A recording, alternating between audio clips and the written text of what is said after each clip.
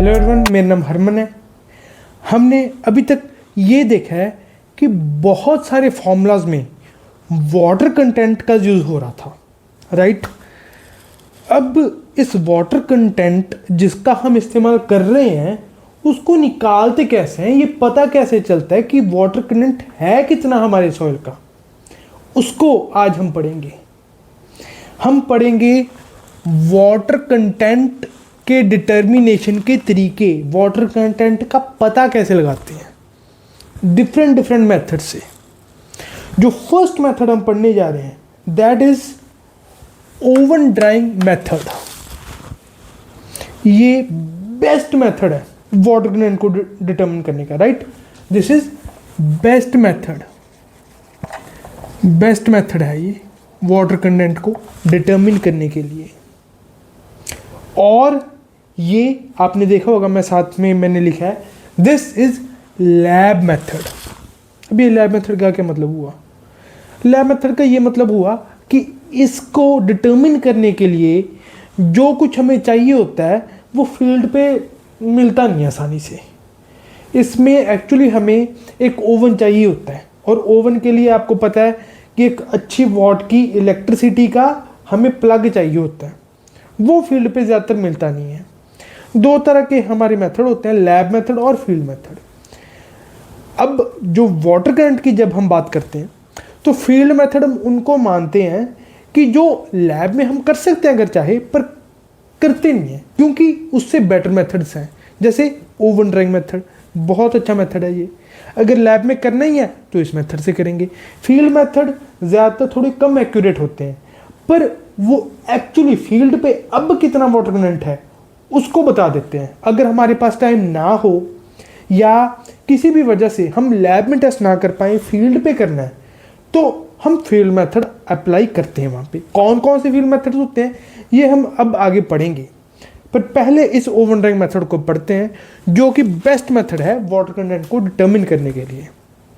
अब इसमें क्या हम करते हैं कि हम ना एक हमारे पास एक बीकर सा होता है, बीकर ना कह के एक कटोरी कह दूं मैं, राइट। उस पर हम ऊपर से ढक्कन लगा देते हैं, स्टील की होती है वो, राइट। कटोरी सी होती है, कटोरी भी ना कह के एक वेसल सा होता है स्टील का, उसको हम ऊपर से ढक्कन लग जाता है उसका। अगर आपने एक्सपेरिमेंट किया है तो आपको पता होगा मैं किसकी बात कर रहा हूँ, राइट। तो उसमें हम क्या करते हैं, हम उसमें सॉइल को डाल देते हैं। पहले तो क्या करो, पहले उस खाली का वेट ले लो, ठीक है। ये जो मैंने आपको डब्बी सी बताई है उस खाली डब्बी का आप वेट ले लो, उसको आप कह दो W1। अब क्या करो, अब आप इस डब्बी में अपने सॉइल को डालो, किस सॉइल को, जिसका वाटर कंटेंट डिटरमिन करना है उस सॉइल को डाल दो आप, ठीक है। मैंने सॉइल को डाल दिया और फिर राइट ये मैंने इसमें अब सॉइल डाल दी। अब सॉइल को डालने के बाद इसका मैंने दोबारा से जब वेट किया तो कितना आया, W2, ठीक है। अब मैं क्या करूंगा, अब मैं इस डब्बी को रखूंगा ओवन में एट 105 to 110 डिग्री सेल्सियस, ठीक है। ओवन में इस टेम्परेचर पे रखने के बाद जो मेरे पास वेट आ जाएगा, मैं क्या करूँगा, इस डब्बी को दोबारा निकालूंगा अपने ओवन में से, थोड़ा इसे ठंडा होने दूंगा और फिर से इस डब्बी का वेट लूँगा। सॉइल है अभी भी सॉइल है, पर अब यहाँ से क्या हुआ है, वाटर अब इवेपोरेट हो गया। तो जो अब इसमें वेट आएगा ये सॉइल ना होकर किसका वेट आएगा, सिर्फ और सिर्फ सॉलिड्स का। यहाँ पर सिर्फ सॉलिड्स रह जाएंगे। अगर मैं वेट के टर्म में बात करूं, ओनली एंड ओनली सॉलिड्स। हाँ वॉइड्स भी होंगी पर उसमें तो एयर ही रहेगी ना, एयर का कोई वेट ही नहीं होता। तो अगर मैंने वेट के टर्म में रिप्रेजेंट करना है तो मैं ऐसे दिखा दूंगा कि अच्छा अकेले अब सॉलिड्स रहेगी और कुछ है ही नहीं, ठीक है। वेट की बात कर रहा हूं ना मैं, तो इसका वेट W3 कह दिया मैंने। अब वाटर कंटेंट का फॉर्मूला आपको पता है, ठीक है। क्या होता है वाटर कंटेंट का फॉर्मूला? वाटर कंटेंट का फॉर्मूला होता है W is equal to weight of water to weight of solids, weight of water to weight of solids. अब वेट ऑफ वाटर कितना है वो कैसे पता लगाएंगे? सिंपल सिंपल, ये तो रीजनिंग से हमें पता चल जाएगा। क्या? यहाँ पर जो हमारी डब्बी का वेट तो उतना ही रहना है, ठीक है। हमने खाली क्या देखा? W1, ठीक है। अब इस डब्बी में जो हमने जो सॉइल डाला था उसको जब हमने ओवन में रखा 105 टू 110 डिग्री सेल्सियस पे फॉर 24 आवर्स, तो इसमें पानी तो वेपोरेट हो गया, पानी निकल गया, राइट। पानी अब चला गया। पानी अब जब उड़ गया हमारा तो रहा क्या? सिर्फ सॉलिड्स, जिसको हम W3 कह रहे हैं। तो पानी कितना था हमारे सॉइल में? यहाँ पर जो वेट था W2, जब मैं सॉइल की बात कर रहा हूँ तो ऑफ कोर्स इसमें डब्बी का वेट था प्लस सॉइल का वेट था, ठीक है। और इस सॉइल में क्या क्या था? इस सॉइल में एक तो सॉलिड्स का वेट था और एक वाटर का वेट था। हमने ओवन में 105 टू 110 डिग्री सेल्सियस पे 24 आवर्स रखने के बाद वाटर उड़ गया, सिर्फ सॉलिड्स रह गए। तो जो ये W2 माइनस W3 है, ये मेरा क्या आ गया? यही तो वाटर उड़ा ना, जो इसका वेट अब कम हो गया। जो W3 है, जो सॉलिड्स का अब वेट आ रहा है इस डब्बी के साथ W3, उसमें क्या है? पानी उड़ गया ना। अब तो पानी उड़ जाने के बाद वो अब वेट रह गया W3, तो जो W2 माइनस W3 है ये क्या है? पानी, जो पानी उड़ गया, क्योंकि इसमें सॉलिड्स और वाटर दोनों थे। अब सिर्फ सॉलिड्स रह गए, तो जो माइनस करके आया that is wait of water. तो W2 माइनस W3 ये आ गया मेरा वेट ऑफ वाटर। तो वेट ऑफ सॉलिड्स क्या होगा? ठीक है, इसमें देखिए जब हमने W2 माइनस W3 किया तो डब्बी का वेट तो आपस में कैंसिल हो गया, ठीक है। और इसमें सॉलिड्स प्लस वाटर थे, इसमें सिर्फ सॉलिड्स का भी वेट आपस में कैंसिल हो गया, रहा सिर्फ और सिर्फ वेट ऑफ वाटर। जब हम वेट ऑफ सॉलिड्स देखना है तो कैसे देखेंगे? इसमें सॉलिड, वाटर और डब्बी सबका वेट है, इसमें सॉलिड और डब्बी इसका वेट है, और खाली डब्बी का वेट W1 है। तो सॉलिड और डब्बी दोनों का वेट W3 है, खाली डब्बी का W1 है। तो W3 में से अगर मैं W1 को माइनस कर दूं तो डब्बी का वेट हमारा जो कैंसिल हो जाएगा और सिर्फ सॉलिड्स का वेट रह जाएगा, राइट। तो वेट ऑफ सॉलिड क्या आएगा हमारा? W3 में से W1 को अगर मैं माइनस कर दूं, तो ऐसे इस तरीके से सिंपली वेट लेकर और ओवन में वाटर को उड़ाकर आप इस जो वाटर कंटेंट है इसको आप डिटर्मिन कर लोगे, राइट। वाटर कंटेंट ऐसे डिटर्मिन हो जाएगा। अब मैं आपको एक जनरल कोई इंफॉर्मेशन दे दूं, वो भी इंपॉर्टेंट है इस मेथड के लिए। वो ये है कि आप देखिए कि ये मैंने 105 टू 110 डिग्री सेल्सियस जो लिखा है, ये मैक्सिमम टेम्परेचर है जो इस सॉइल का हो सकता है, जिस पे हम ओवन को ले जा सकते हैं इंक्रीज करके। इससे ऊपर टेम्परेचर नहीं होना चाहिए। क्यों? क्योंकि अगर इससे ऊपर टेम्परेचर हुआ तो स्ट्रक्चरल वाटर जो हमारे सॉइल का है वो इवेपोरेट हो सकता है, वो उड़ सकता है, राइट।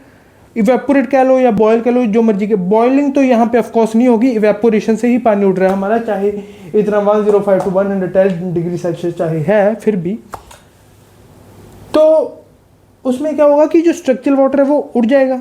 वो हम नहीं चाहते। क्यों? हम आगे स्ट्रक्चरल वाटर बढ़ेंगे कि वो क्या होता है। मैं अभी के लिए आपको बता दूं कि स्ट्रक्चरल वाटर एक हम अपने सॉइल का पार्ट ही मानते हैं, उसमें जो हम सॉलिड्स मान के चल रहे हैं ना उसका पार्ट ही मानते हैं। वो उसको हम अलग से वाटर ट्रीट नहीं करते।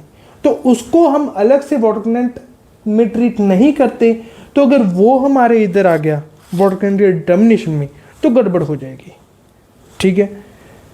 तो इसलिए वो ना हो, इसीलिए हम टेम्परेचर को 105 टू 110 डिग्री सेल्सियस तक लिमिट करके ही रखते हैं, right. Temperature is limited to 110 degree Celsius, ठीक है। अब अगर मैं नेक्स्ट पॉइंट को देखूं, नेक्स्ट पॉइंट में मैं ये आपको ये बताऊंगा कि 110 डिग्री सेल्सियस तो मैंने इन जनरल बता दिया कि जो इनऑर्गेनिक सॉइल का होगा, right. This is for inorganic soil, जो मैंने आपको बताया 110 डिग्री सेल्सियस इससे ऊपर नहीं आप जा सकते। पर अगर ऑर्गेनिक सॉइल हुआ, फिर अगर ऑर्गेनिक सॉइल हुआ तो आप टेम्परेचर को 60 डिग्री सेल्सियस तक ही लिमिट करना, ठीक है ना। ऑर्गेनिक सॉइल अगर हुआ तो टेम्परेचर को आप limit temperature to only 60 degree Celsius, ठीक है। अब ऐसा क्यों, ऑर्गेनिक सॉइल में ऐसा क्या हो गया कि 60 डिग्री सेल्सियस तक ही टेम्परेचर को लिमिट करना पड़ रहा है। देखिए ऑर्गेनिक सॉइल में क्या होता है, ऑर्गेनिक कंटेंट, ठीक है। ऑर्गेनिक कंटेंट मतलब घास फूस या पत्तों का वेस्ट या एनिमल हो सकता है, उनकी डिकम्पोजिशन चल रही हो, कुछ भी हो सकता है। मेनली मैटर है कि ऑर्गेनिक मैटर है उसमें, ठीक है। अब ऑर्गेनिक मैटर जब 60 डिग्री सेल्सियस से ऊपर टेम्परेचर चला जाता है ना, तो वो डिकम्पोज होने लग जाता है, ठीक है। अब जब वो डिकम्पोज होने लग गया तो अब वो सॉइल रहा ही नहीं, नेचुरली उसने डिकम्पोज नहीं होना था। जिस टाइम पीरियड में हम बात कर रहे हैं वाटर कंटेंट को निकालने की अपने इस ऑर्गेनिक सॉइल की, उसने डिकम्पोज नहीं होना था। पर हमने टेम्परेचर इतना बढ़ा दिया कि ऑर्गेनिक मैटर डिकम्पोज होने लग गया। अब जो आप वाटर कंटेंट निकालोगे उसमें ऑर्गेनिक मैटर जो डिकम्पोज हुआ है उसका भी कंट्रीब्यूशन होगा, और सॉइल भी वो नहीं रहा जिसका हमने वाटर कंटेंट निकालना था, क्योंकि उसकी डिकम्पोजिशन स्टार्ट हो गई। तो फिर वाटर कंटेंट निकालने का फायदा ही क्या हुआ, राइट। फिर तो कोई मतलब ही नहीं हुआ वाटर कंटेंट निकालने का। तो ये प्रॉब्लम ना हमें फेस करनी पड़े, तो इसीलिए हम ऑर्गेनिक सॉइल के केस में टेम्परेचर को लिमिट करते हैं 60 डिग्री सेल्सियस पर, in order to avoid oxidation of organic matter. हम इसे कहते हैं ऑर्गेनिक मैटर की ऑक्सीडेशन, क्योंकि जब ऑर्गेनिक मैटर को ऑक्सीजन मिलती है फिर ही वो आगे डिकम्पोज होता है, राइट। अगर हम तेजी से वो तभी डिकम्पोज होता है, एरोबिक डिकम्पोजिशन, जब उसे ऑक्सीजन मिले, तो उसकी ऑक्सीडेशन है ऑर्गेनिक मैटर की, इसलिए temperature limited to 60 degree Celsius. अब नेक्स्ट हम करने वाले हैं कि जिप्सम के लिए हम टेम्परेचर को कितना लिमिट करते हैं। फॉर जिप्सम, ये जिप्सम क्या होता है, जिप्सम और कुछ नहीं, it is calcium sulphate dot to water, right. This is CaSO4, ये 4 डाला हुआ था मैंने, ठीक है। Calcium sulphate dot to water, इसको हम जिप्सम कह रहे हैं। अब इस जिप्सम में क्या होता है, आप बिल्डिंग मटेरियल में भी पढ़ते हो, जिप्सम एक मेन कंपोनेंट होता है। जब आप सीमेंट की मैन्युफैक्चरिंग करते हो वहाँ पर भी पढ़ते हो that gypsum is calcium sulphate dot to water.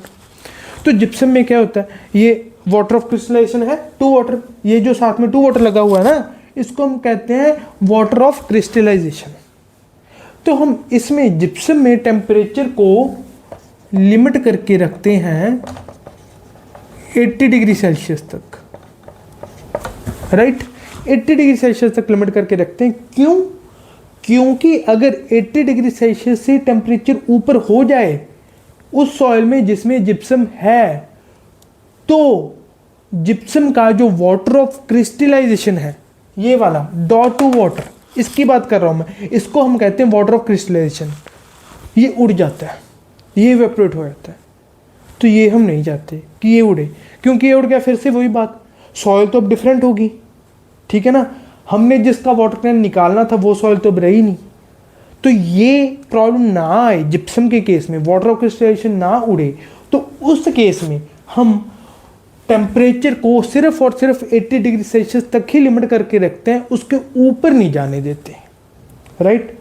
और किसी भी केस में ये मैंने आपको बताया है कि 110 डिग्री सेल्सियस से ऊपर टेम्परेचर नहीं जाना चाहिए, चाहे कोई भी सॉइल हो, ये बात पक्की है, ठीक है। फिर मैंने आपको बताया कि स्ट्रक्चरल वाटर इंक्लूड हो सकता है, एंड दैट इज प्रॉब्लम। अब जो ये ओवन ड्राइंग मेथड है ना, इसमें सभी तरह के वाटर कंटेंट, सभी तरह के वाटर को हम पता लगाते हैं, उनका जो वाटर का कंटेंट है, वाटर कंटेंट है कि कितना वाटर है, उसको पता लगाया जाता है। जैसे हमने अभी तक ग्राउंड वाटर को ही मेनली पढ़ा है, जो टाइप्स ऑफ वाटर मैंने आपको पढ़ाने हैं। अभी आगे भी हम कुछ टाइप के वाटर और पढ़ेंगे, जैसे कैपिलरी वाटर, और उसमें क्या होता है, कैपिलरी वाटर पढ़ेंगे, स्ट्रक्चर वाटर पढ़ेंगे। तो कैपिलरी वाटर, जो ये ग्राउंड वाटर, ये सभी उसमें डिटर्मिन हो जाते हैं इसमें, ओवन ड्राइंग मेथड से। पर जो क्रिस्टलाइजेशन वाटर और क्रिस्टलाइजेशन है, ये जो टू वाटर और स्ट्रक्चरल वाटर है, ये हम इसमें नहीं डिटर्मिन करते। ये हम ख्याल रखते हैं कि टेम्परेचर इतना ही हो कि ये दोनों ना इंक्लूड हो, क्योंकि हमारी जो नॉर्मल इंजीनियरिंग एक्टिविटीज़ है उनमें स्ट्रक्चरल वाटर को हम वैसे भी एक्सट्रैक्ट नहीं कर पाते, ठीक है। और स्ट्रक्चरल वाटर को मैंने आपको वैसे ही बताया कि वो हम एक तरह से सॉलिड्स का हिस्सा मानते हैं, अपने सॉइल का ऐसा हिस्सा मानते हैं कि वाटर वो अलग, उस वाटर को अलग नहीं मानते, एक तरह से सॉलिड्स में ही गिन के चलते हैं। तो इसलिए उसको हम डिटर्मिन नहीं करते। लॉस वाटर ऑफ क्रिस्टलेशन और स्ट्रक्चरल वाटर के अलावा जो बाकी तरह के वाटर है वो इस ओवन ड्राइंग मेथड से हम निकाल लेते हैं, राइट।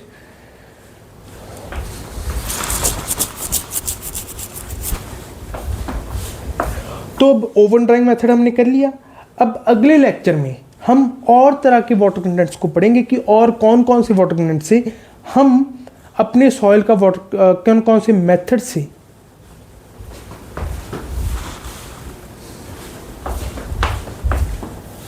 अब हमने वाटर कंटेंट को कैसे डिटरमिन करना है बाय ओवन ड्राइंग मेथड, ये तो हमने पढ़ लिया।